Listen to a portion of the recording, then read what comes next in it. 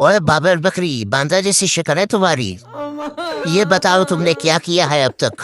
Pitch पे आते हो उल्टी करके चले जाते हो।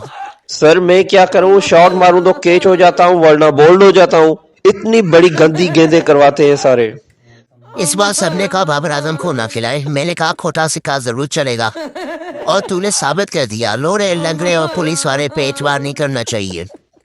मोहसिन साहब, जब मैं प्रैक्टिस करता हूं तो अपनी टीम वाले मुझे बहुत आराम से गेंद करवाते हैं, लेकिन यहाँ पे मुखालफिन मुझे इतनी तेज गेंद करवाते हैं मुझे नजर ही नहीं आती। यही तो वजह है मैं खेल नहीं पाता।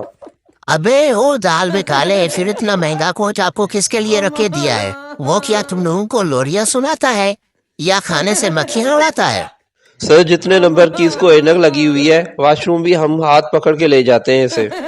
बेटा उसे तजर्बा है, हमने कौन से उससे अमरूद में से कीड़े निकलवाने हैं। सर मेरे साथ नाइंसाफी हुई है, सबसे कम स्कोर मैं करता हूँ, फिर भी आप लोगों ने सलमान आगा को कैप्टन बना के रखा हुआ है। चल कोई नहीं बेटा, तूने अभी तक 91 स्कोर की और सलमान ने 60। इतना तो कोई फर्क नहीं पड़ता। वैसे तुम बताओ कौन सीनियर है इसमें? सर प्लीज सलमान आगा को कह दें कि आखिरी मैच में ओपनिंग में करूंगा।